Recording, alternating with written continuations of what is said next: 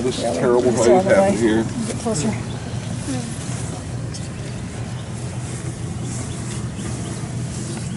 Y'all like to get a little bit closer if you want. Okay, folks, the inner federal line. Right here, the inner federal line, which is right behind you, where that entrance of that gate is, covers this road. The inner line of Strickland's Brigade, 44th Missouri, 183rd Ohio Infantry. 44th Missouri, 183rd Ohio Infantry. The inner line behind me of Riley's Brigade, 16th, 12th Kentucky, 8th Tennessee, 175th Ohio Infantry. Federal inner line of Riley's Brigade. The main federal trench line would be where that white picket fence is today, basically. The other portions of Strickland's Brigade, 50th Ohio, as you see on the map, 72nd Illinois. The Carter Garden over there, 2 square acre plot of land that we will go over there later in that far end of that back corner. Our only person allowed to take people over there. So, and let's walk up to the 1st Kentucky Battery Federal. That would be diagonal across the street from that white picket fence. Let's walk up to there. On this main federal line, this was built in 1863, there were 5 to 7 foot ditches on the southern side of this main federal line. They're still working on the inner line, still working on the outer line, but the main federal line, 5 to 7 ditches. Right here was where the 1st Kentucky Battery is located. 4 federal cannons, 3-inch ordnance rifles, and they went out probably about to that bush or so. What's most important to note is the angle, how that juts through those disgusting, pathetic, and despicable buildings there that will be gone before this year is out, and straightens out in front of the gym. But look at the angle, how it juts out south of the line across the street, which is basically that white picket fence. So look, during the battle, getting a little ahead of myself, how the Confederates in these ditches, look how they can shoot down on them, oblique crossfire down on them. When we get over there later, and we'll be facing this way, you can understand how they're shooting us in the back. Shooting us in the back. That angle, I'll say 5 times, that angle right there. And 4 cannons of 1st Kentucky Battery right here. The angle juts through those buildings and straightens out in front of the chin. Now let's watch our step. Let's try to keep sort of an organized body, and let's walk through this parking lot here. Tom, is any of where this advanced line is from where we're standing. So we're going to leave this here for now, but follow me, please. We're going to walk this way, and I want to give you that because it's so important about the first moment of truth of Wagner's line being overwhelmed. Remember, French's division is coming this way, getting past them. They're refusing their line. That means pulling the men back so they wouldn't get behind them. The center's pierced, but I want to look with my fingers. If you're on the flanks, look, you got that far to run. If you're in the middle, you're only halfway. Does that make sense? Yeah. You got that far to run here. You can't even get halfway. If you're in the middle, you're screwed. Excuse my language, ladies. No, you're screwed. You're shafted. Well, you're in trouble. or worse yet, you're shot. Yeah. Or you're shafted. But it might take a second, but I want to walk you out to this road. Do not get past me. Get close as you can to me in that road, but don't get past me. If they hit me, it doesn't matter. But it will ruin your tour. So let's walk. Let's pass the light with the bus going. Look at your distance, pass that light where the cars are disappearing over that hump. That is the advanced line that in that distance where the passing light, see the cars will be disappearing in a moment. That's the apex or center of that advanced line of Cartwright and Lane's brigades. Now look how, it doesn't look that far, does it? If somebody's shooting you in the back, every foot is a mile.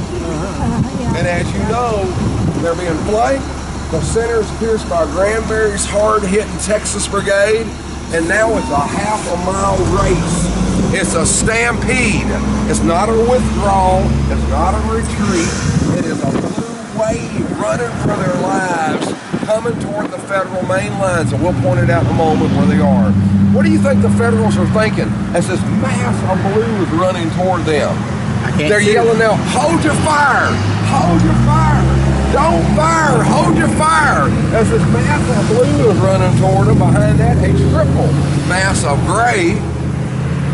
And as the Confederate General George Washington Gordon stated, 50 yards from the works, all hell exploded north faces as the Confederates burst through that center, capturing that 1st Kentucky battery. And over on your left, for about a 200-yard gap, punch a hole right in there. We're going to stop with that for now. We're going to about face, and we're going to develop the line from the road for 400 yards that way. That's what we're going to do from 4:35 p.m. until 9 o'clock that night. And we're going to go across the street over there, but then we'll go back in time to the breakthrough a little bit later. We're going to develop from this to the eastern side to that railroad track. So let's about face, let's go where we can and get by the map. The 7-foot ditches on this Confederate side of these trenches. Here is the cotton gin. The cotton gin is where that blue house is. The cotton gin there, the line was about 20 feet in front of the gin. That sharp angle through those disgusting buildings, and as you know, straightens out to the Pike. 2 guns of the 6 Ohio section thereof was where that brownstone house is. We're going to walk over there in a moment too as well. Now, the Confederates are coming into these ditches as they're coming through the center. They're stabbing between, through, over, on top. They're pulling each other over by the hair in uniforms. They're throwing rocks and dirt clods and sticks at each other. The dying and wounded are just screaming with insanity. The men's ears are literally bleeding from the concussion. The musketry and cannons are so close to each other. These 2 guns over there where that stone yellow house is, they're firing at point blank range with double shot canister. Everyone know what that means? Yes. It's like a can with iron balls in it, 20-some iron balls. They're putting 2 of them in there, 54 iron balls, just blasting like a giant shotgun. They said 2 sounds could be heard. First, the roar and crushing and snapping of Confederate bones as they're so close to those guns. A 15-year-old, dear God in heaven, drummer boy from Missouri grabs a split rail from a cedar fence line, runs up to one of those cannons, stuffs the mouth of the cannon, trying to keep it from killing his comrades. They fire the gun, and the little drummer boy exploded like a ripe tomato. Puff of pink mist as he went straight to heaven. Immediately, General H.B. Granberry, commanding that hard-hitting Texas brigade who Claiborne called a band of heroes. General Granberry's last words about right there were, "Forward, men, forward, never let it be said, Texans lag in a fight." Took it right here, went out the back of his head. He fell to his knees, put his hands to his face, died in that position. Who was around him dead? Dr. Richardson, the brigade sergeant, Chaplain Stokes, and Lieutenant Colonel R.B. Young. Nobody's immune here. You're a chaplain? Bruise myself, look at that. You're a chaplain, you're a private, you're a major general. It's man on now. It's all man on now. You're having to stand on your dead comrades in these trenches. Now, I've eaten by Clay, I marched by Clay. He's dead now, and I lament your death, Clay, but it don't matter for you no more. I'm taking his body and positioning it where maybe the bullets can't hit me, and I can hear that familiar sickening thud as those bullets are hitting his dead body. Here comes the 5th and 13th Arkansas colors of Govan's brigade playing on top of the trenches. That color bearer is killed. Those colors are captured. The 2nd, the 4th and 19th Arkansas colors playing on top of the works. That color bearer is killed, and those colors are captured. Here comes the Mississippians and Alabamians of Mark P. Lowry's brigade hitting the works. Now, we're all comrades, and I'm in the middle of you. I'm shot in the chest. My sternum bones are flying out of my chest, and I'm wounding Maurice. I'm wounding Brian from my bones coming out of my freaking chest. Excuse my language. It is absolutely ruin lunch. Yeah. What's that? Just definitely ruin your lunch. I definitely ruin your lunch. The colors of the 33rd Alabama colors playing on top of the works, and that color bearer is killed. The colors of the 14th Alabama colors playing on top of the works, and that color bearer is killed. The 6th Arkansas colors are going through that center along with the 16th Alabama colors. You know, I like the stories. And Charles Chon, 24th Texas Dismounted Cab, went down these ditches. Chon, what origin do you think that is?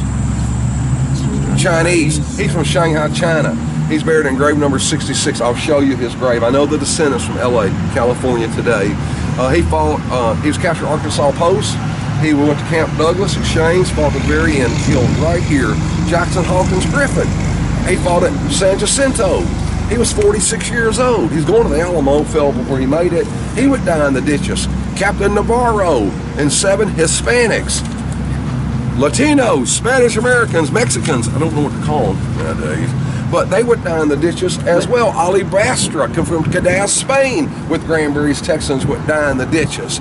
And the bodies are stacking and stacking where you have to stand there and your dead comrades.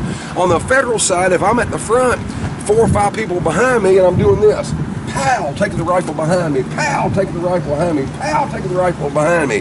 One man said he fired 140 rounds. He couldn't lift his arm for 2 weeks.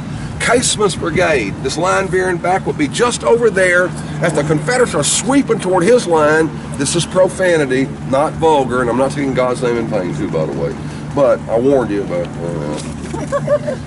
Colonel Blackjack Casement, a railroad man from Missouri, right over there. He's standing on top of the trenches with both pistols out. And as the Confederates are sweeping toward these works, he yells to his men, "Boys, you see those damn rebel sons of bitches? I want you to stand here like a rock and I want you to just whip the hell out of them. Pow, pow, pow." And the Confederates are sweeping toward these works. And they steal these 2 guns. They were ordered, Baldwin's guns, you don't turn them left, you don't turn them right, you keep them straight on. And they are blasted. They're taking socks and shoving mini balls down the socks and just shoving them down the tube, not even swabbing the barrel, and just firing because the Confederates are right on them, just right on them. And it is the beginning of the 9th level of hell multiplied by 10 times. Remember, from here to here is only 400 yards. That's all it is. It's 400 yards. So on that note, let's guide down the path. Will to your right, I'll lead you. And then we're going to walk over that stone brown building over there. Watch your step. There's a car coming behind you. Okay, one of the only humorous things we'll have for the rest of the day, but there's Harvey, the mascot for the 104th Ohio. I told you all about him, but I love Harvey, and I've held that dog collar right there. It's in Indiana today. I won't say where it is, but the Barking Dog Regiment. I know so much about the 104th Ohio because of Harvey. And Mamie, the mule with the straw hat on, was right over there with the ears sticking through the hat, lie down in the battle, and she lived. She lived. So let's guide this way in front of this Yellowstone.